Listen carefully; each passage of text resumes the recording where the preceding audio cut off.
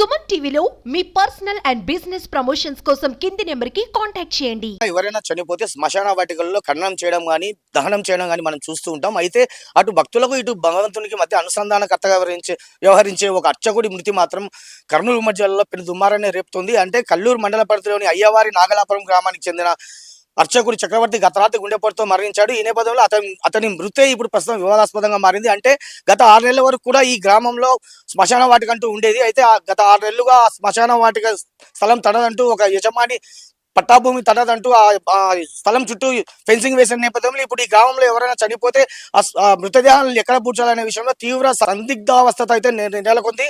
ఈ నేపథ్యంలో అర్చకుడు చక్రవర్తి మృతదేహాన్ని దాదాపుగా 10 కిలోమీటర్ల దూరంలో ఉన్న కర్నూలు నగరానికి తరలించి అక్కడ ఉన్న శ్మశాన వాటికల్లో ఖననం చేసేందుకు ఆ చక్రవర్తి కుటుంబ సభ్యులు ఏర్పాట్లు అయితే చేస్తున్న పరిస్థితి.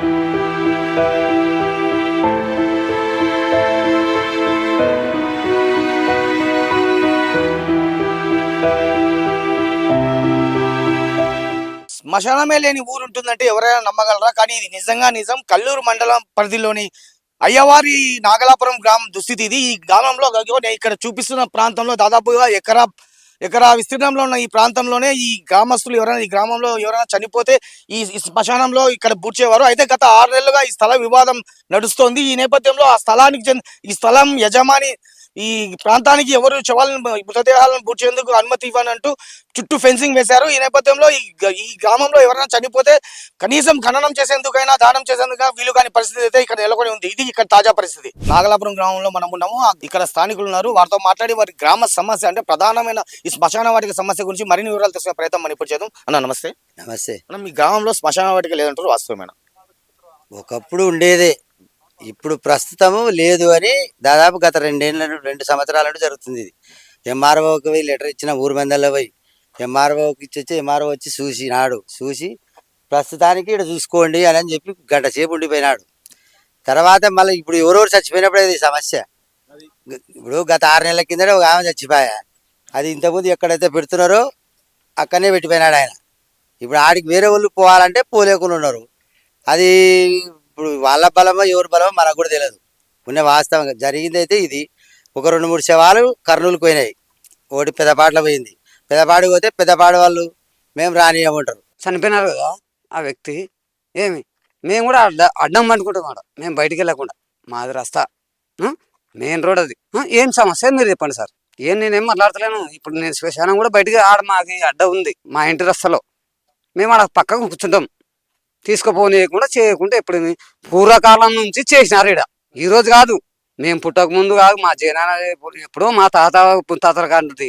ఈ రోజు స్పెషల్గా అయితే లేదు. ఇది ఈ రోజు మాత్రం మేము తీసుకుపోనేం. వాళ్ళు కలెక్టర్ వస్తాడో ఎవరన్నా సీఎం రాని. కరెక్టా సార్?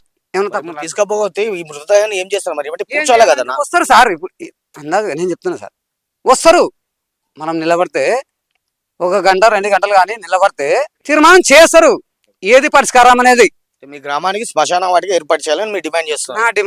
నా డిమాండే కాదు, మా ఊర్లో అంతా మేమెందుకు ఇట్లా తీసుకుని ఇస్తాం సార్? పూర్వకాలం నుంచి ఉంది అది. ఈ రోజు నాకు కొత్తగా అంటే నేను ఎందుకు తీసుకుని ఇస్తాడా ఇంటి ముందర? కరెక్టే కదా.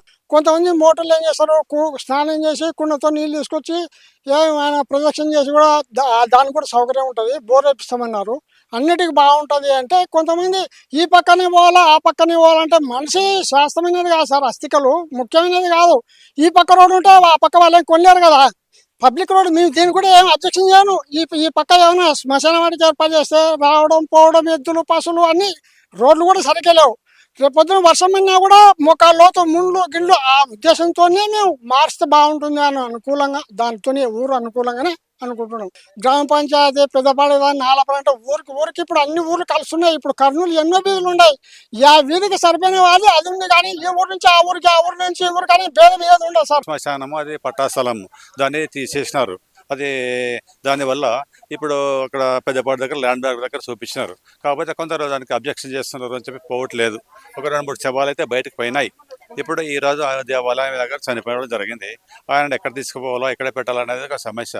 కాకపోతే ఇక్కడ పరంపక స్థలం అనేది ఒక ఎంఆర్ఓ గారికి అర్జీ పెట్టడం జరిగింది. అయితే దాన్ని 15 సెంట్లు స్థలం ఉంది సార్. ఇక్కడ ఆ 15 సెంట్ల స్థలం తక్కువ ఉంది, కొలిచండి చెప్పినారు. కొలిస్తే అదేమి ఇంకా ఉన్న దాంట్లోనే ఇంకా తగ్గింది. 15 సెంట్లు అయితే అమ్మింది, కానీ తగ్గింది, రస్తా వెడల్పు తగ్గింది.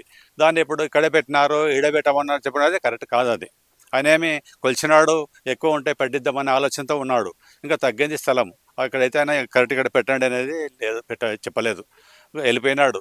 కాబట్టి మిగతా గ్రామ ప్రజలందరూ యూనిట్ అయి అందరూ మళ్ళీ ఆయనకి ఎంఆర్ఓ గారికి ఏమైనా అప్లై చేస్తే మళ్ళీ ఎక్కడైనా చూపిస్తాడా, దానికి ఏం పరిష్కారం చూపిస్తాడు అనేది గ్రామానికి సంబంధించిన సమస్య సార్ ఇది. మొత్తం మీద అర్చకుడు చక్రవర్తి మృతి పెను దుమారం అయితే రేపుతోంది. అంటే అర్చకుడు చక్రవర్తి మృతదేహాన్ని కర్నూలు తరలించి శ్మశాన వాటికలో ఖననం చేస్తామని అతని కుటుంబ సభ్యులు చెబుతుండగా అతని మృతదేహాన్ని తరలించకుండా అడ్డుకుంటామని కొందరు గ్రామస్తులు చెప్తున్నారు. అంటే అధికారులు కావచ్చు, ప్రజాప్రతినిధులు కావచ్చు స్పందించి తక్షణమే తమ గ్రామానికి ఒక శాశ్వత శ్మశాన వాటికను మంజూరు చేస్తే తప్ప తాము ఈ మృతదేహాన్ని తరలించే ప్రసక్తే లేదని కొందరు గ్రామస్తులు కరాఖండిగా చెబుతున్న పరిస్థితి ఇది. ఇక్కడి తాజా పరిస్థితి. కెమెరా పర్సన్ శేఖర్తో నందకిషోర్, సుమన్ టీవీ, కర్నూలు ఉమ్మడి జిల్లాలో.